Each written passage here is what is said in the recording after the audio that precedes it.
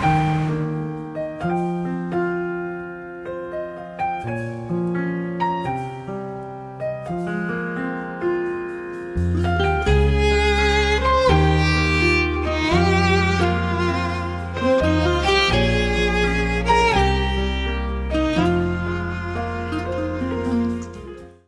بالله من الشيطان الرجيم. بسم الله الرحمن الرحيم. الحمد لله رب العالمين، والصلاة والسلام على رسول الله صلى الله عليه وسلم.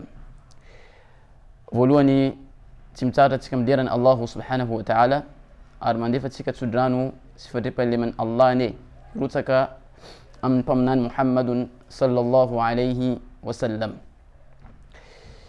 فالي نرابنا روا نتينا نيا أم جزو ماري نزو أصوابن الله سبحانه وتعالى ني أنديا أم تسكا تكنافك سريكريك نندوانيا رسيتك أن الله سبحانه وتعالى رسيتك أن لبحارن زوت الزوا ديا أتسكا نروانيا أنغالك تيني إذن تنين بمنان تسكا محمد صلى الله عليه وسلم أنا كراي إزاي تيني زي ما تونغا سينا تيني أنا كراي زي mampatunga sainatsika zany a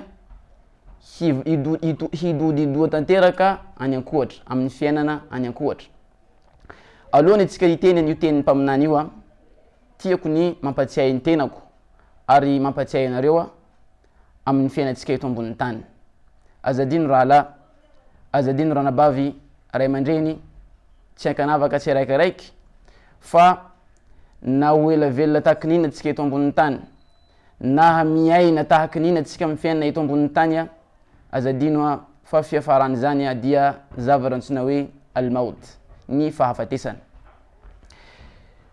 Na iza anao, na mainty anao, na fotsy anao, na tsara anao, na ahoana pôzipôzy niendrika anao, na ahoana le voninahitra izay niainanao teto ambony tany, na ahoana le fari-piainana izay misy anao, na mahantra anao, na manan-karena anao, azadino fa ny fahafatesana no fiafaratsika rehetrarehetra.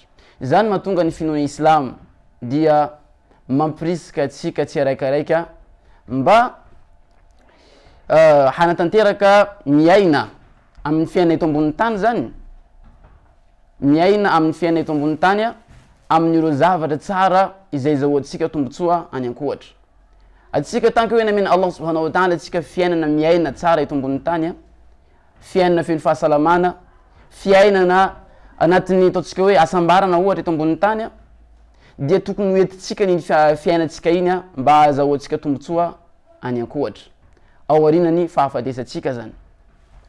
Zany marina le teny anankiray mahatonga miteny manao hoe nal ma badalaka an tanalu min ad-dunya fa inna al-mauta akhiruha. Ataovy jiaby zavatra jiaby zay ataonao ambony tany ty eto, miaina anao amin'ny fiainana tena tianao iainanao ambony tany, fa azadino a ny faty no fiafarany zany a rehetrarehetra izany. Ary zany ihany koa mahatonga finoana islamo mandrisika atsika, mandara atsika zafady, mandara atsika ny mba tsy tokony hanambony atsika tena, mba mahatonga atsika tsy tokony hanana zavatra antsoina hoe kibr, fanambonia tena, satria atsika io a rahalahy ndraiky ranabavy ndraiky ray aman-dreny dia tsy maintsy hiala eto ambony tany ty eto ary tsy maintsy ho lasa vovoka. Nambarany mpaminantsika Muhammadun sallallahu alayhi wa sallam, hiditra atsika zao ty zany a amle tenin'ny mpaminany zay tsara zany a ny afantaratsika anazy ary anazavazavatsika anazy zany. Mpaminantsika Muhammadun sallallahu alayhi wa sallam ny teny manao hoe idha mata ibn adam inqata'a amaluhu illa min thalathin. Nambarany mpaminantsika Muhammad ny teny manao hoe rehefa tonga amin'ny taranaky ny Adama tsiraikiraiky ny zavatra antsoina hoe fahafatesana dia tapaka ny relation anazy, ireo asa izay fataony eto ambony tany, ireo asa izay azahoany tombotsoa eto ambony tany, asa anazy rehetra izay misy fandraisana eto ambony tany zany a, dia tapaka rehefa tonga aminazy le fahafatesana. Illa min thalathin. Nambarany mpaminantsika Muhammadun sallallahu alaihi wasallam afatsy zavatra anankitelo, zavatra telo reo foana zany a no misy azahoantsika tombotsoa ao aorian'ny fahafatesantsika raha ohatra atsika tamin'ny fahavelomantsika na haina na rarotra. Voalohany nambarany mpaminantsika Muhammadun sallallahu alaihi wasallam dia sadaqatin jariyatin. Sadaqatin jariyatin zany hoe ny sadaqa na hoe fanomezana maharitra. Zany hoe fanomezana maharitra zany a anao tamin'ny fahavelonao, anao tamin'ny mbola velona dia namoaka sadaka anao, namoaka fanomezana anao. Rehefa anao namoaka ny fanomezana io, voalohany premièrement nataonao raha io lillahi, nataonao raha io ny fotony Allah, nataonao raha io ny mitavandranao le asoavana avy amin'ny Allah. De faharoa iny zavatra naboakanao iny maharitra zany nazahoan'olo tombotsoa raha iny ao aorian'ny fahafatesanao. Ohatra anao nankehitiny nanamboatra nangady vovo, nangady lavadrano anankiray, de efa ao aorian'ny fahafatesanao dia olombelo, olo mbola velona eto ambony tany zany mbola mibeneficie, mbola mahazo le tombotsoa am'le vovo na hoe lavadrano izay naboakanao tamin'ny fahavelonao, izay nataonao tamin'ny fahavelonao. De ohatran'izay koa olo anankiray nanamboatra masjid, nanamboatra mosquée, toerana izay anaovan'olo fanompoam-pivavahana, soalazany.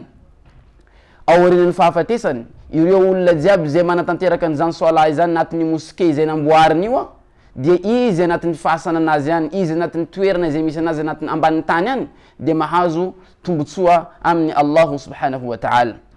Na ohatran'izay koa anao namboly manga ohatra, namboly ireo kakazo ao aorian'ny fahafatesanao, de iny kakazo iny mitsiry, de rehefa mitsiry iny kakazo iny olo mihinana le voaniny izay vokatra avy amin'iny kakazo iny, na koa olombelo zany mialokaloka amin'iny kakazo iny eo.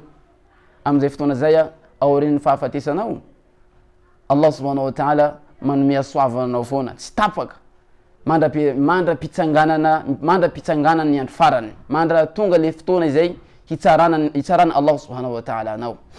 De faharoa nambarany mpaminantsika Muhammadun sallallahu alayhi wa sallam, aw ilmin yuntafa'u bihi, anisan'ny zavatra anankiray izay azahoanao tombotsoa, azahoantsika tombotsoa ao aorian'ny fahafatesantsika raha lahy ndraiky ranabavy ndraiky ray aman-dreny hajainy, dia le fampianarana izay nataotsika tamin'ny fahavelontsika teto. Tamin'ny atsika mbola velo ohatra, atsika nampianatra olo anankiray zavatra tsara, nampianatra anazy atsika zavatra tsara, ka rehefa atsika naty de iny olona izay nampianaritsika iny raha la mbola izy mibeneficie am'le zavatra tsara izay nampianaritsika azy. Ohatran'izay koa raha ohatra ka iny olona iny mampianatra olo hafa, mitombo foana le asoavana izay azontsika ao anatin'ny fasana izay misy nantsika ao. Raha ohatra ka nataotsika iny zavatra iny, raha ohatra ka tsika nampianatra olo, de olo nampianaritsika iny mibeneficie am'le zavatra izay nampianaritsika azy. Ohatran'izay mitohy hatrany zany le fahalalana, zisika ta le fahalalana avy aminao, le zavatra izay nampianaronao iny miparitaka amin'ny fiarahamonina. Iza nampianatra anazy? Anao, atsika tamin'ny fahavelontsika. Ka am'izay fotoana zay zany ka zany mahatonga le fianana Islama mandrisika atsika zany amin'ny resaka fianarana, indrindraindrindra moa le fahalalana mahakasika ny finoana al-Islamu. Ana mampianatra Qur'an, mampianatra olo ireo karazany dua, mampianatra olo ireo karazany zavatra tsara ato anatin'ny finoana Islam, dia vomaika tena tsara indrindra izany.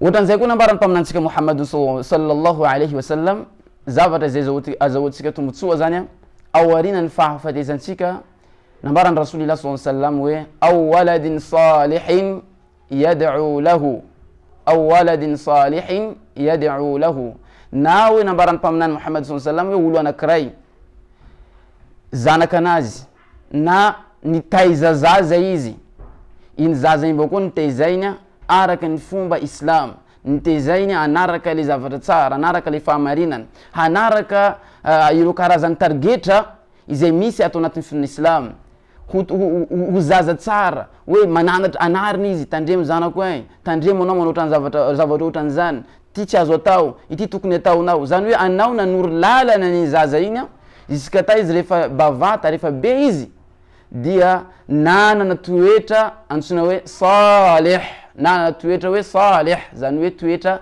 tsara, zaza tsara. Tsara ho marina raha lahy ndraiky ranabavy hajainy, fa le zaza tsara zay nytenen'ny mpaminany eto waladin salihin yad'u lahu, zaza na izy zanakanao, na izy zanakanao nitezainao tsara, na izy tsy zanakanao fa izy zaza izay nitezainao ny valavalanao araka ny tokony fomba izay fomba tsara zany. Iny zaza iny boka eo rehefa maty atsika, rehefa maty anao nitaizana azy na zanakanao io na tsy zanakanao fa izy anao nitaizana azy, rehefa anao maty iny zaza iny boka eo mangataka amin'ny Allahu subhanahu wa ta'ala ho anao izay nitaizana azy ambanin'ny tany any hoe ya Allah mba ataovy le olo izay nitaizanakay mba ho anatin'ny paradisa, ampidiro anatin'ny paradisa izy na zavatra mitovitovy am'izay.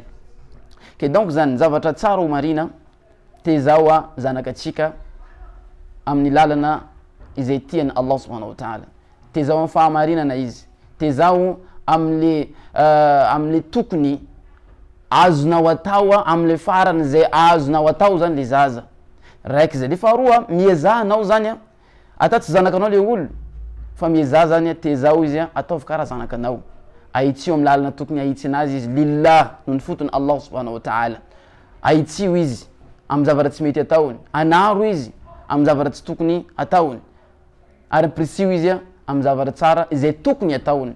Amin'izay fotoana zay ireo zavatra telo reo raha lahy ndraiky ranabavy hajainy, izy ireo dia mahatonga atsika ho avitra ho sambatra amin'ny fiainatsika any ambanin'ny tany any rehefa tsika miala eto ambonin'ny tany. Averina ko ndraiky raha lahy ndraiky ranabavy hajaina fa atsika tsisy olo maharitra mandrakizay eto ambonin'ny tany.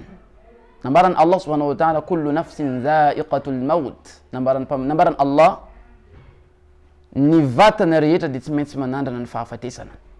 Ka miomana raha lahy, miomana ranabavy hajainy, ary io fahafatesana io raha lahy io tsy miamby hoe olo anakiray marary vao maty, tsy miamby hoe olo matoy vao maty, tsy miamby hoe olo anakiray izy misy hoe accident de zay vao, même nata olo salama mety maty tampoka. Zany zavatra hitatsika amin'ny fiarahamonina zay misy atsika, na atsika tanora na ireo tanora zany izy koa fa avy le malakul maut, avy le anjery fahafatesana dia tsy maintsy tsy azo ampody koa, anao tsy maintsy maty, tsy maintsy maty.